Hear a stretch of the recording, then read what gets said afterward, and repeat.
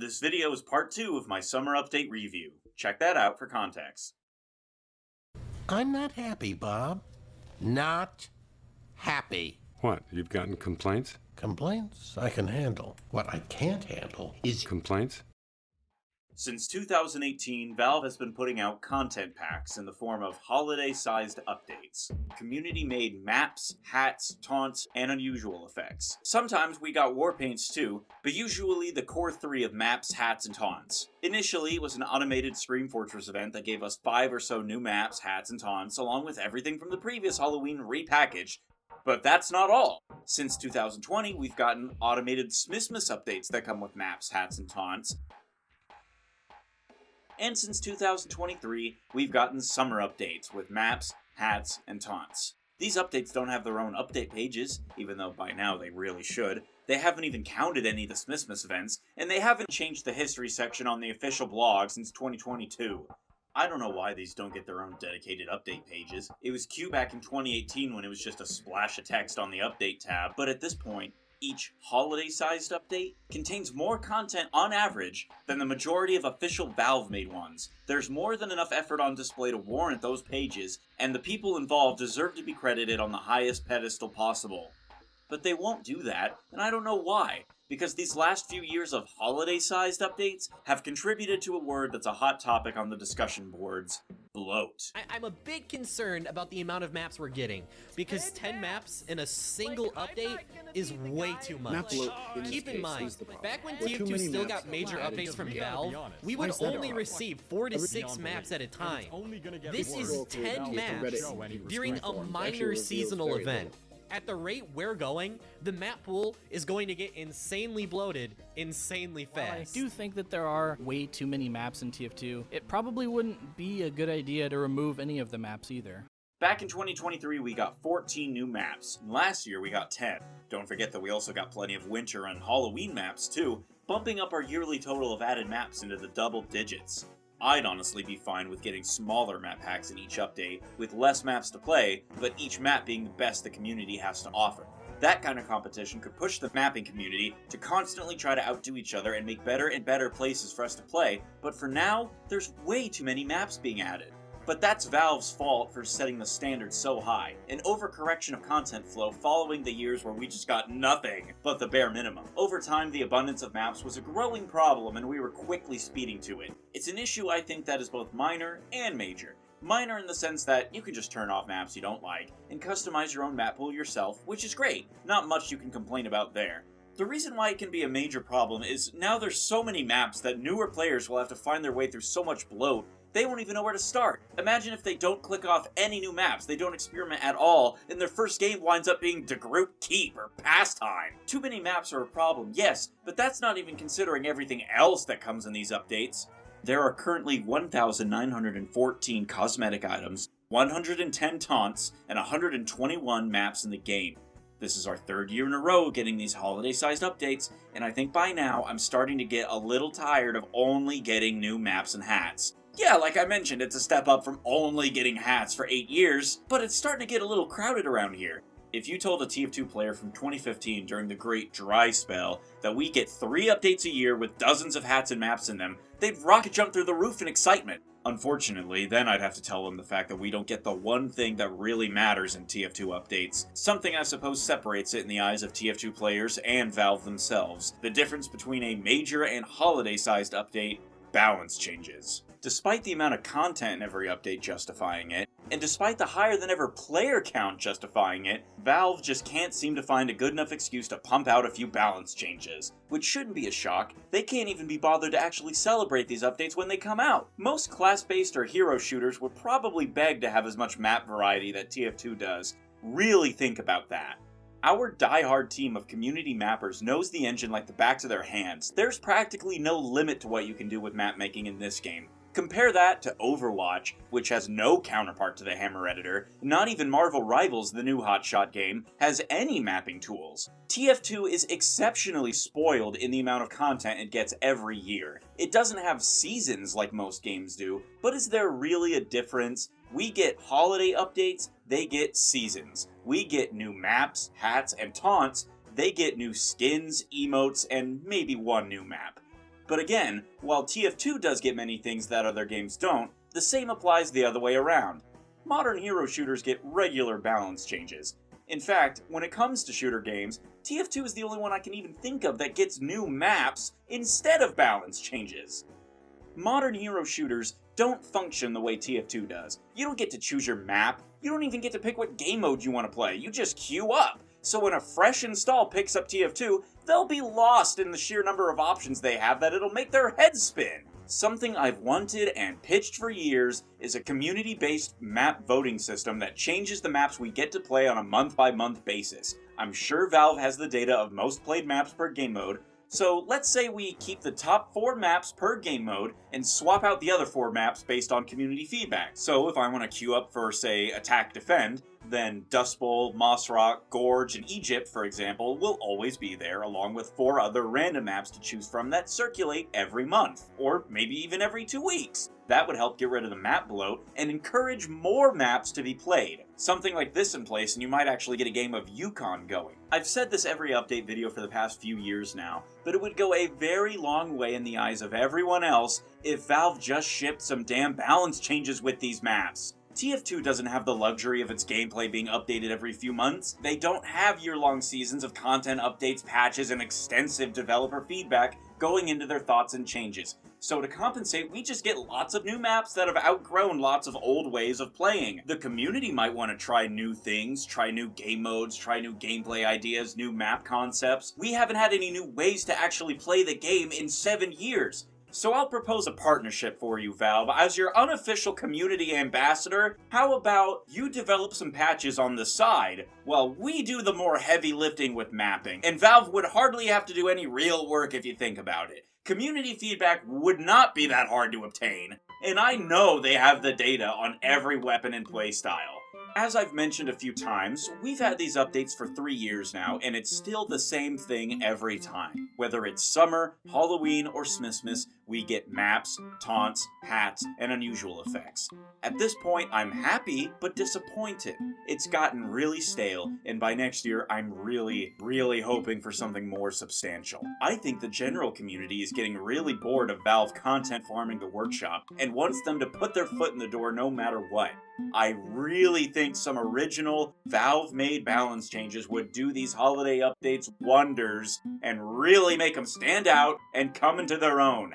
It would help if they had a proper fucking update page to really hammer that in, because again, content-wise, they absolutely dwarf most of Valve's original updates. By and large, we get more hats, maps, taunts per holiday update than we were ever getting during Australian Christmas or even the Love and War update. Despite this, they seem to have one foot in the community pool and one foot out. We've got the SDK and VScript now, allowing for limitless map and game mode possibilities. But when they've been developed and ready to ship, Valve doesn't seem very inclined to add them or even acknowledge them. Saxton Hale was a brand new game mode that got no fanfare when it was released, which is really odd because why make a post about wanting community content for these summer packs, then not announce them on that same main page when it comes out?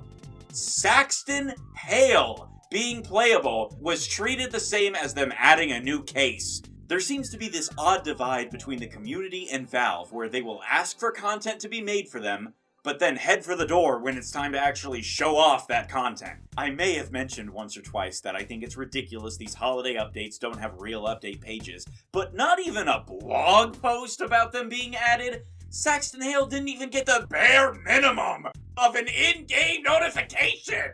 So they added a brand new game mode to promote the brand new big summer update. Why introduce a new game mode and then not support it? Because then they'd have to update the alternate game modes tab? Furthermore, why even put new game modes on the table if you aren't going to add any of them when we make them for you? I will address the fact that upon release, Saxton Hale didn't work for the first 3 weeks. I can understand that Valve might be hesitant to add new things, and the community might be unsure about adding new game modes because of that. But that was 3 years ago at this point! Shit's not the same! Years later, and you're telling me we're still only getting maps? What was the point of the VScript release if you aren't even going to implement the things people make with them? This year's summer update being so lackluster really burns when you look at the output coming from the workshop. It's not like these people aren't working their asses off. Have you seen the stuff they're making there?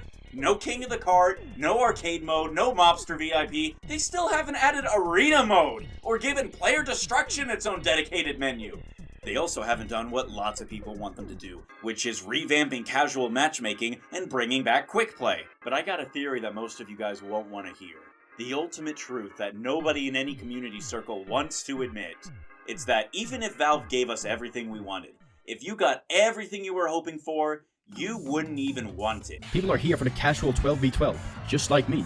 We're here just to have fun, to frag and just having not to worry about some dumb ranking system or status. It's a first-person shooter that has so much depth and learning curves for each individual class, except for Sniper, that it's almost impossible to not play all of them and have fun. We're here for that TF2 experience. Not Saxon Hail, not Zombie Infection, not Manpower, not Pastime, and certainly not fucking Prop Hunts. Prop Hunt? Minigames? This isn't TF2 branching out for something fresh, it's being a different game. Stop. I say no thanks, not interested to VScript Prop Hunt in the vanilla game. Keep that shit in community servers or go play fucking Gary's mod. When I say that this is objectively bad and should not be in the game, I mean that with the utmost sincerity. It was rotten since the beginning, and it was rotten because of the false foundation on which it was built on.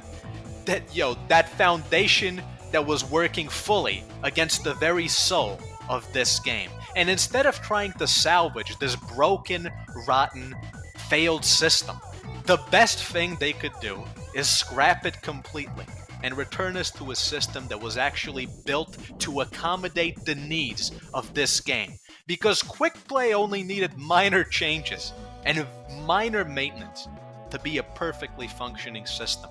And matchmaking needed 7 years to get to a point without getting spin bots. At the end of the day, the guy who actually made the decision to go with this, who gave the order, answering the question of who killed quickplay, the most realistic answer is Gabe Newell. So look at it from the perspective of war crimes, right? Because basically what happened at TF2 is a fucking war crime. It's a crime against humanity what they did to this fucking game. But, Yeah, going back to what I said at the beginning of the video, we've always had the tools to bring back quickplay, but there just haven't been enough vanilla servers floating around. Now that you can generate them by just clicking a few buttons and not paying a single penny, I feel like we have a pretty damn good shot at bringing back quickplay. We may have had quickplay robbed from us for 9 years now, but after 9 years of development, we're taking it back!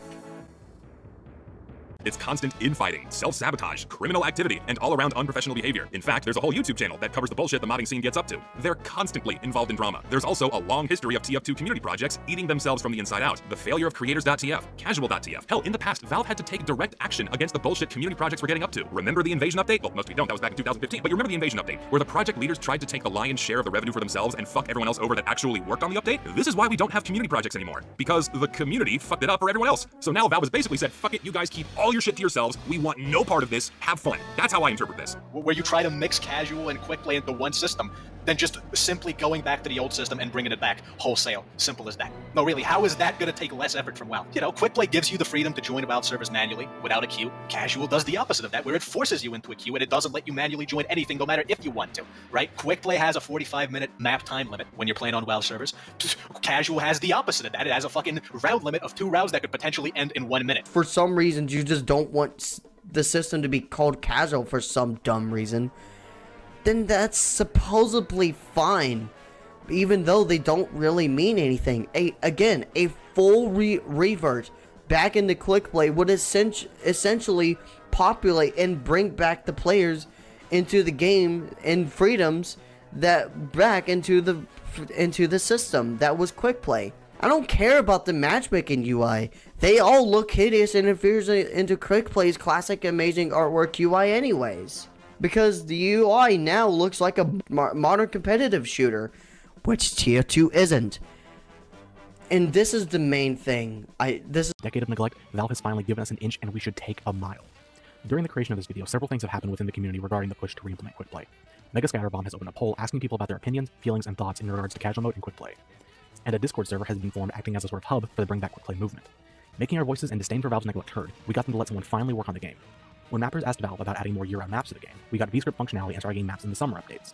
It took them a while, but when modders asked for some kind of official support for TF2 source mods, we eventually got the SDK, allowing TF2 mods on Steam. Let's push for a return to quickplay, a system that bolstered and upheld TF2's unique identity, a system that is welcoming and friendlier to all kinds of players, new and old, a system that can reignite the spark. They could implement every custom game mode, every balance change and menu revamp they wanted. They could create a better map pool for us to enjoy. They could showcase community content better. And they could fix the old server browser. But nobody will care because TF2 fans don't actually want anything new.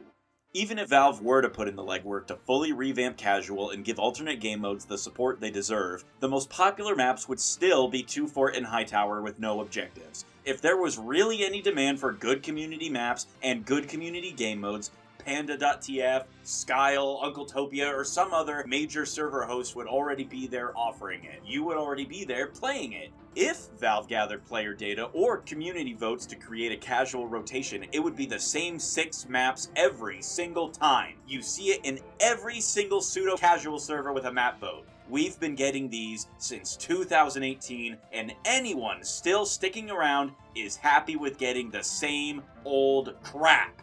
And anyone who really wants something new is already gone. It's not hard to grasp that Valve is busy, and when you look at the past 9 years of neglect, it makes sense. I completely understand why Team Fortress 2, a near 20-year-old game, isn't getting the same attention, and it would be idiotic of me to want them to prioritize this game over their many other, much more creatively fulfilling plans.